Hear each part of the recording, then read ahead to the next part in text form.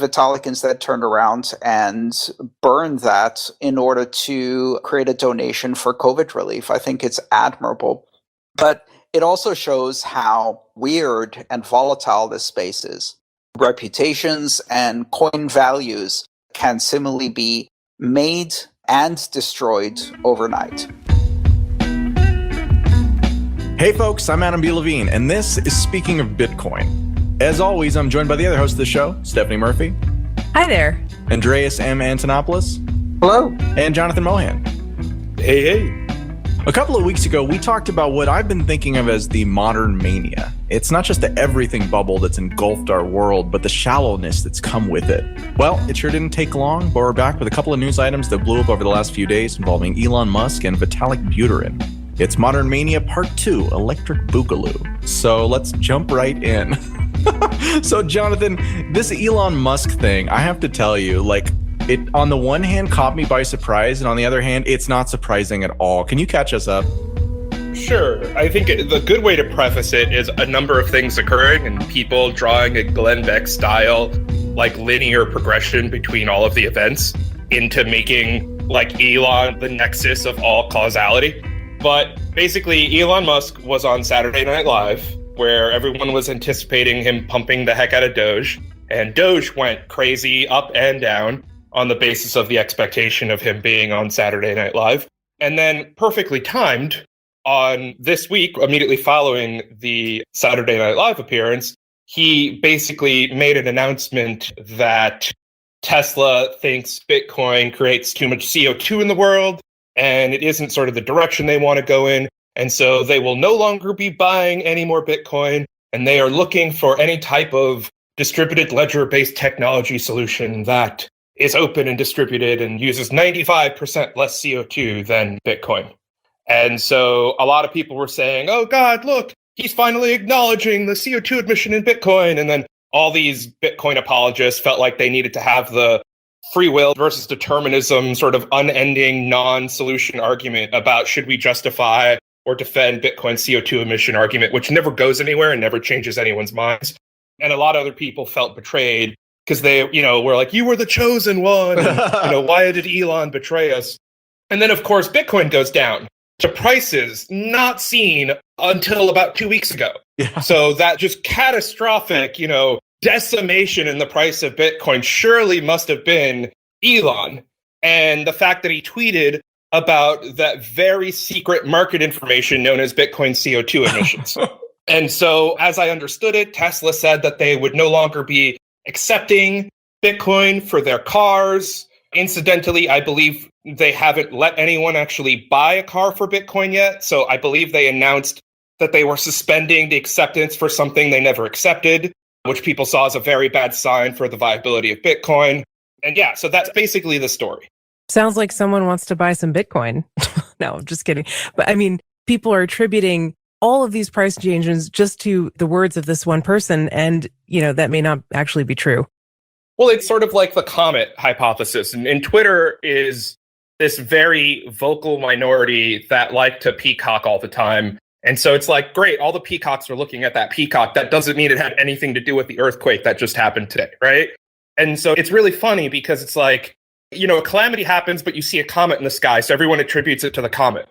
And so it's sort of funny. It's like, well, maybe people were momentum trading Elon, or maybe it had to do, I don't know, with the disclosure of inflation last month being 4.2%. It could very well be that Elon's acknowledgement of CO2 output from Bitcoin and the non-acceptance of Bitcoin that he never accepted for Elon cars tanked Bitcoin 10%, or it could just be a massive correction in the bond and equities market corresponding to the federal government acknowledging a 800% increase in inflation in the official rate. But no, I'm pretty sure it's Twitter. You sound a little bit annoyed here. Can you kind of... Tell me more about that, as my therapist would say. Oh, no. So CEOs of public companies are far more a politician than they are an engineer. And, it's not to say that that's inherently bad. It's just the function that they serve. And so when you look at politicians, I think that, you always should look at a man's actions and not his words, because his words are meaningless if he's in the role of politics. And so people were looking at Elon's words saying, oh God, how could he have, changed anything? But if you look at his actions, nothing has changed. And so I like to sort of harken back to what Donald Trump would do, which is he was the master. So is same thing with Alexandria Ocasio-Cortez. They're the masters of claiming free real estate. And free real estate is when you do something that costs you nothing to appease an interest group or a base that consolidates your power for an action that you don't actually do that doesn't cost you anything. So it's just free real estate. And so Donald Trump would do this, AOC would do this, and the point isn't action, it's just this costs me nothing to do and consolidates power, increases power. And so what did Elon say? Elon said, I acknowledge this problem with Bitcoin, appeasing a base. What did he also say? He said he wasn't selling a single Bitcoin he was holding, right? So how many billions of dollars of Bitcoin does this guy have that he's still long in? He sold 10% of his Bitcoin a month ago before he came to Jesus about this massive CO2 problem he needed to appease his activist investors with, right? And yet now that he come to this conclusion, he's not divesting any of his interests in this blood money. No, he's hodling, and he's one of the largest hodlers in the world, right? And so if you actually look at his actions, you think about it in terms of portfolio management, right? So his treasury is, I don't know what percentage, but a super majority percentage Bitcoin, right? And so is it possible that pull a Michael Saylor and do a bond issuance to buy more Bitcoin? Is it possible that he could convince the board or his CFO that they shouldn't be 60% Bitcoin, they should be 85% Bitcoin? Probably not. And so what he realized internally was he has billions of dollars of Bitcoin that he's going long and he's not selling, and that he's not going to be able to internally increase the exposure for more Bitcoin that they would want to buy.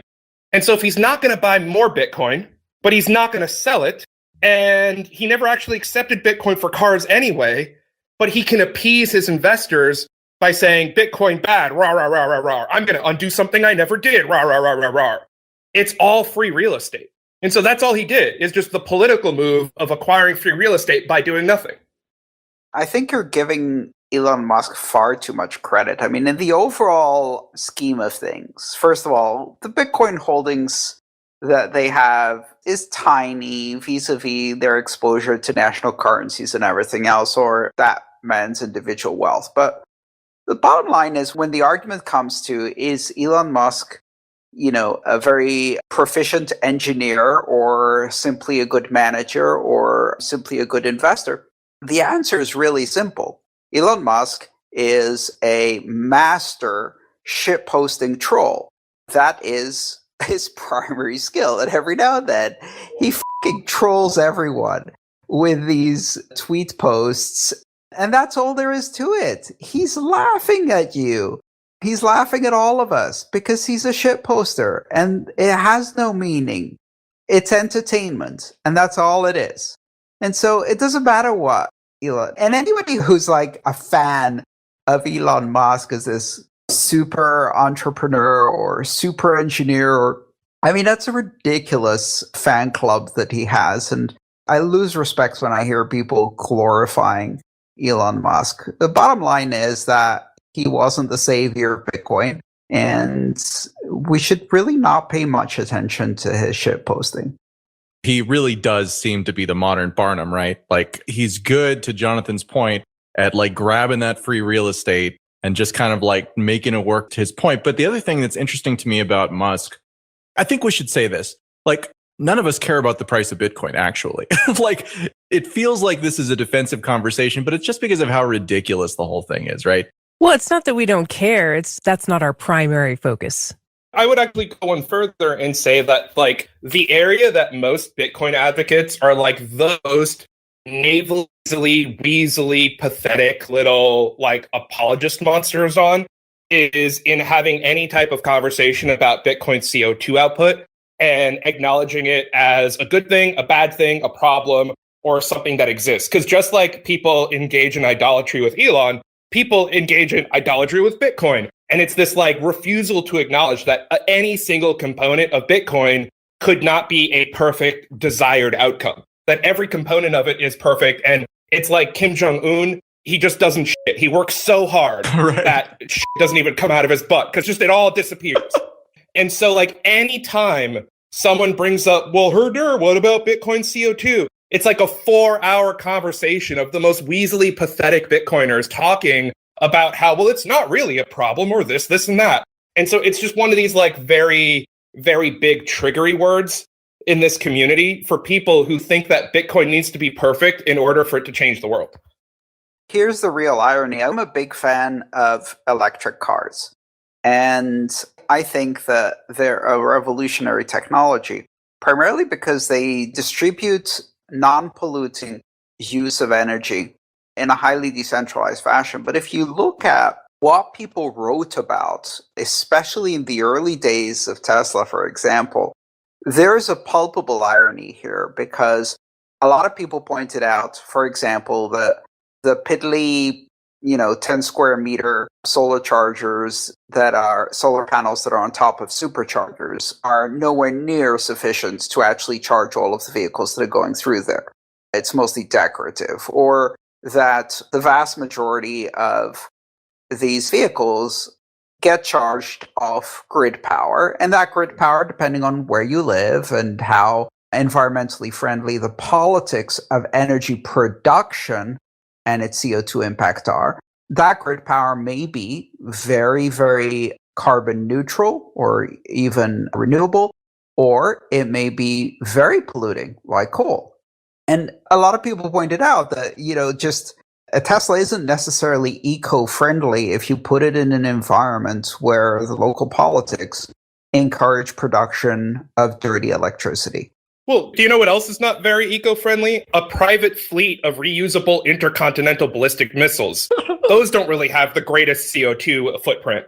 I don't know, Andreas, if you ever put your used car into orbit of the sun, but I know that creates a hell of a lot more CO2 than, I don't know, maybe what you're going to do when you fly to Europe next year. Right. So, all of these conversations are really about looking at absolute measures versus looking at relative priorities and the politics of carbon. Because shifting the conversation in this way really, I don't think is particularly helpful. But it's ironic because the same exact kind of shallow analysis of the long-term environmental impact that Elon expressed for Bitcoin is the exact same kind of shallow analysis that people were expressing for electric cars. I think electric cars are an incredible advantage because what they do is they concentrate the carbon emissions and pollutions at the grid level where grid is used and not renewables. And those can be more effectively met with carbon hostile policies and politics. You can police one power plant instead of trying to emissions check 2 million vehicles and make sure that their catalyst isn't broken or that their timing belt isn't off or whatever, right? And it shifts pollution from the inner city where it impacts the most disadvantaged people to locations where you can apply politics, right? So to me, that's a net good. And it's one of the reasons why I think an all-electric automotive system and transportation system is a fantastic advancement for the human race. For the same reasons that I think that proof of work is a net benefit because it shifts the politics of money. But it's just ironic to me that the same kind of shallow arguments that were used against Tesla are now being used by Tesla's leader against Bitcoin. I don't think it's worth paying too much attention to these arguments anyway. So after the break, we'll be back to discuss another demonstration of this kind of wild environment that we're in right now, where there's lots of noise and not that much signal. When we talk about the myriad Dogecoin, Dogecoins. No, that's a good term, actually. Dogecoin clones. Exactly, yeah. The myriad Dogecoin clones that Ethereum founder Vitalik Buterin turned the situation around on. It's a funny story. We'll be right back.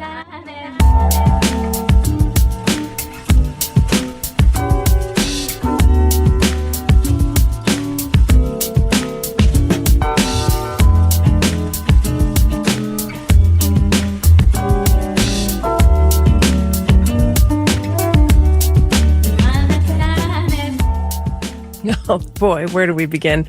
Okay. So, just like there are many different breeds of dogs, there are... No. I like it. Go.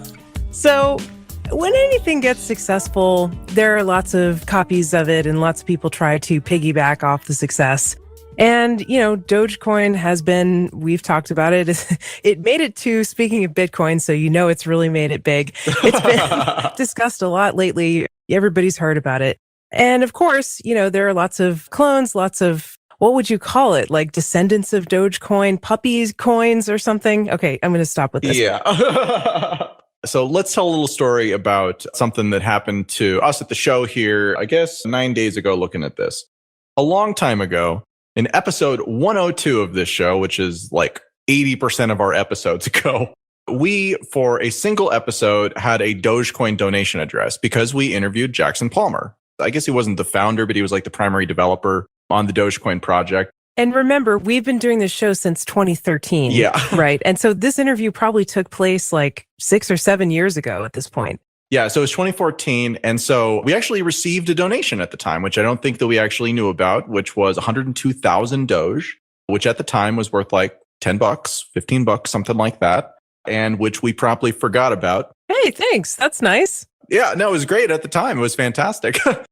So the message that we got was, hey, hope you're well.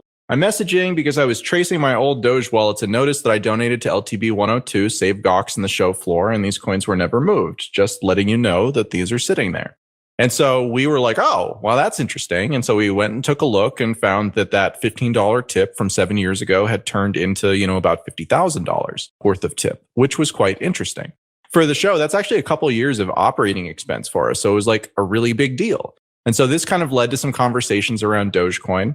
And, all of this happening as kind of the fervor around Doge and Elon Musk with his SNL appearance, that definitely seemed like it was probably going to end badly. And spoiler alert, so far it has ended badly for Dogecoin.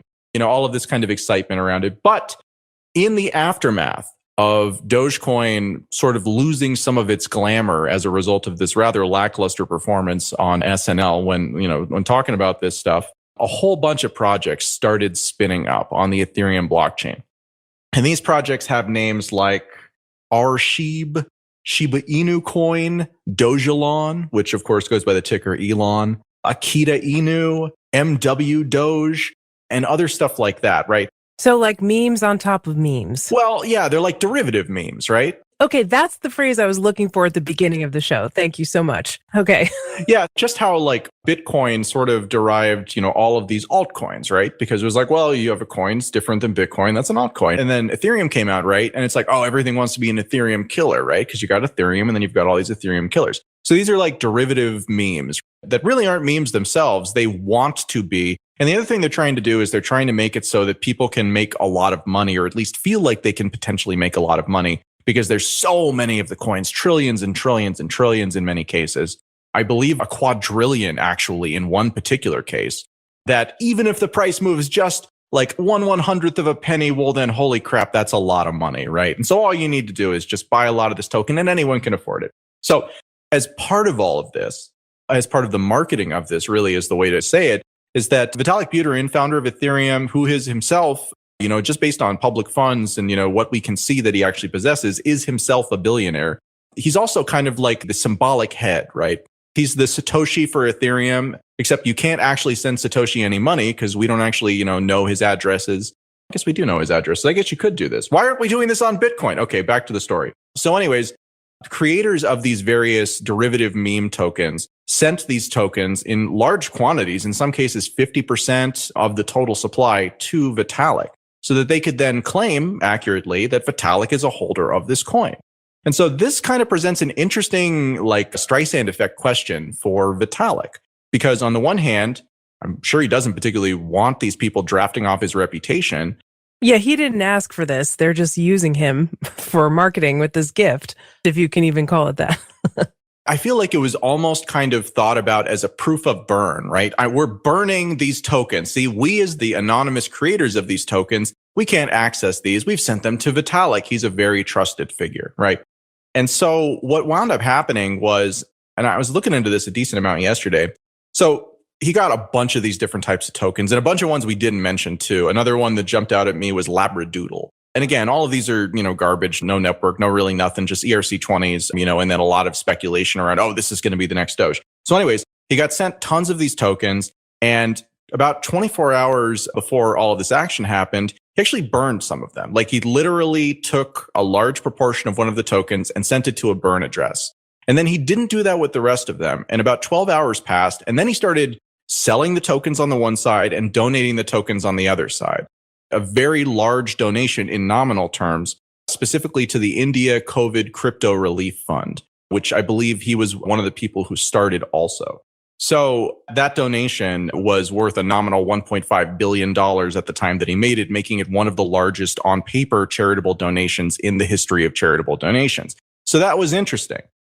So why do you say it's a nominal 1.5 billion? Is it because if you tried to actually sell it, the value would not be there? Yeah, exactly. Like, these are tokens, again, like everything is valued on market cap, right? It's like even valuing Doge on market cap is kind of silly, because you look at how many Doge are out there, and then you look at how many of them actually have moved in the last like 5 or 6 years. It's not a big amount, right? Like, there's a lot of tokens that are out there. And again, like, this is true for Bitcoin too. Like, in the early days, people just didn't understand that it was going to matter in the same way. And so the reason to, keep such amazing good track of it and not have one little mistake kind of compound and then make it so that you can't access those tokens anymore, like, that's pretty easy to do. And that's true with Bitcoin, which people thought was going to be money. And it's even more true with Dogecoin, which people didn't think was going to be money. People just thought was, again, like, here's a fun 100,000, tokens I'm going to send to you. Look at me, right? Like, that's what I certainly used to do with it. Like, it was really like a very solid tipping token because it was so cheap and because nobody really thought of it as money in that way. Yeah, so I think one of the interesting things that's happened repeatedly in this industry is that overnight, something that starts as a joke can become serious money.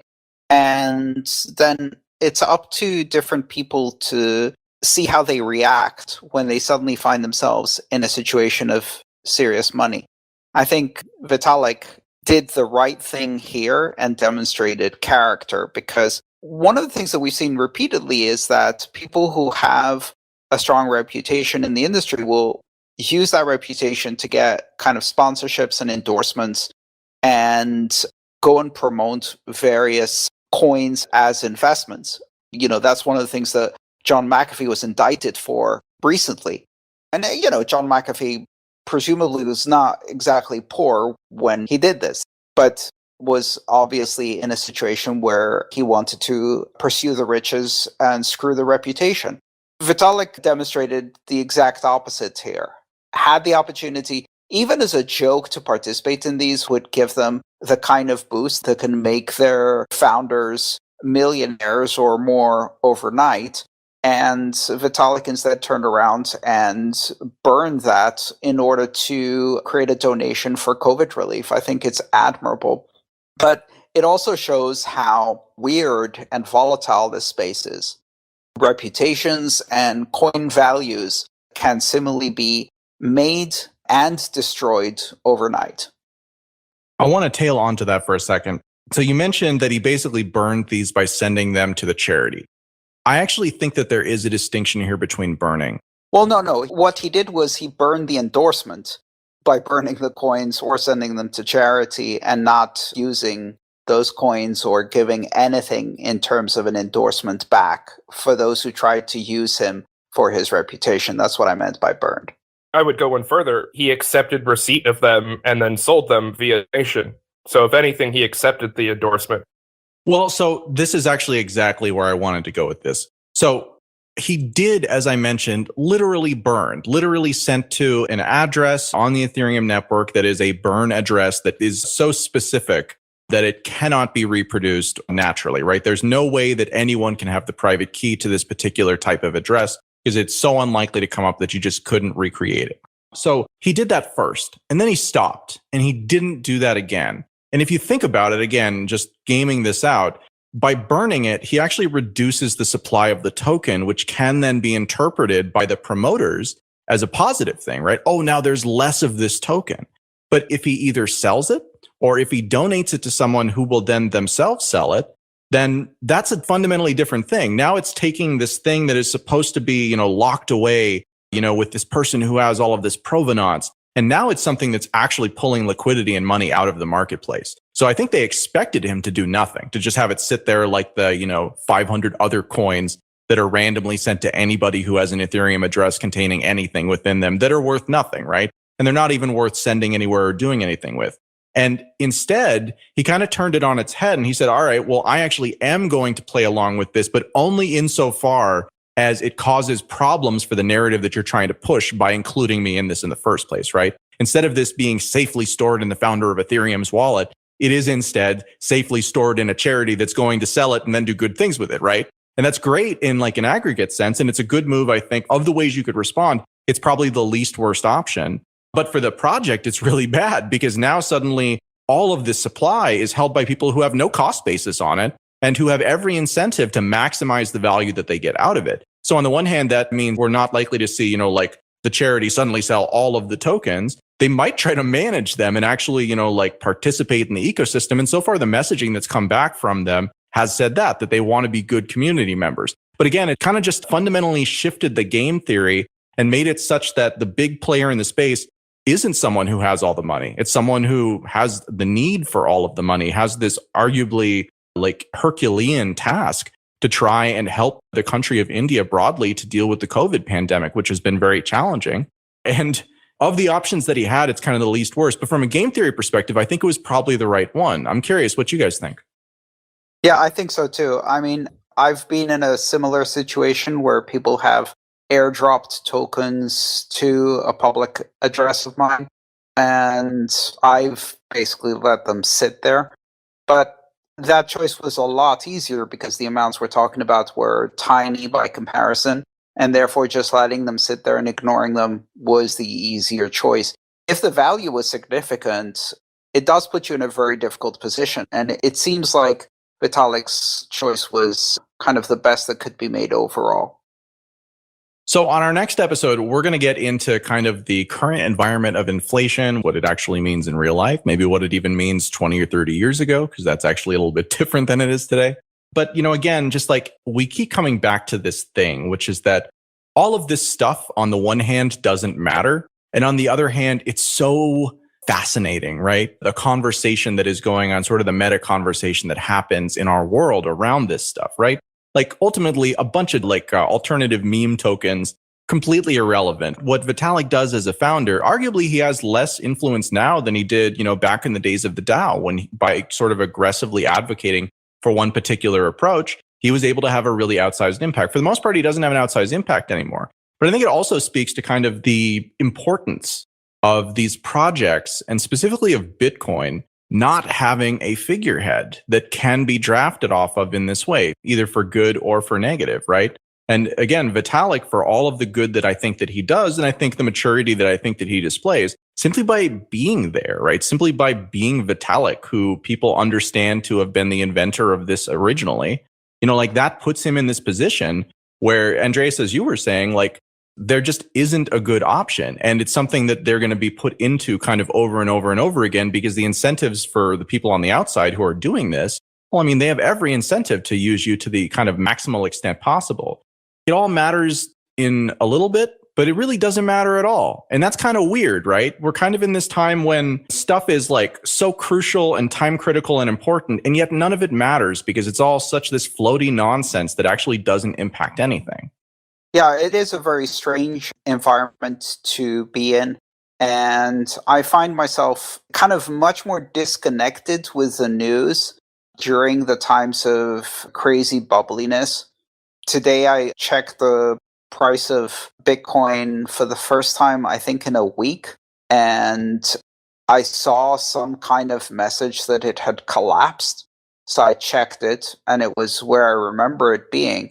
But that's only because I hadn't checked it for a week, and apparently it had gone way up during that time and then went way down, and that caused enough excitement for people to write an article about its collapse.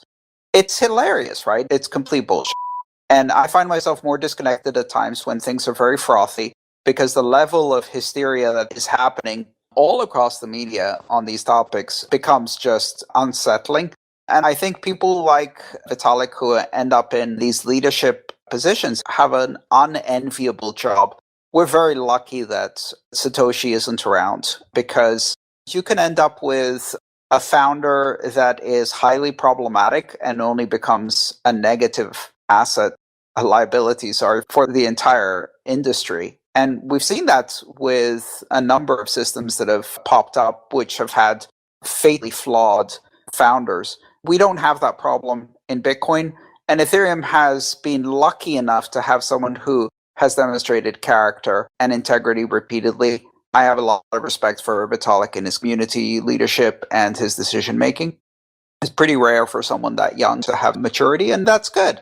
But you don't want to take that kind of chance, right? So it's much better to have leaderless systems where the founders are either anonymous or are gone, or both, as in the case of Bitcoin. That way you don't have to deal with that problem. In Bitcoin, what we have is dozens and dozens and dozens of influencers / charlatans who are trying desperately to fill in the shoes of Satoshi, and none of them matter. This is opening a can of worms, but I'm just going to do it as we close out the episode. Who do you think will be worse? Elon Musk as Satoshi or Craig Wright as Satoshi?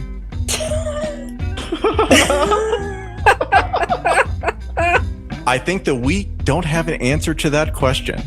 Well, folks, that's a wrap on another episode of Speaking of Bitcoin. Today's episode featured Andreas M. Antonopoulos, Stephanie Murphy, Jonathan Mohan, and myself, Adam B. Levine. This episode featured music from Jared Rubens with editing by Jonas. If you enjoyed this episode, send us an email at adam@speakingofbitcoin.com or just leave us a review on your favorite podcast player. And until next time, thanks for listening.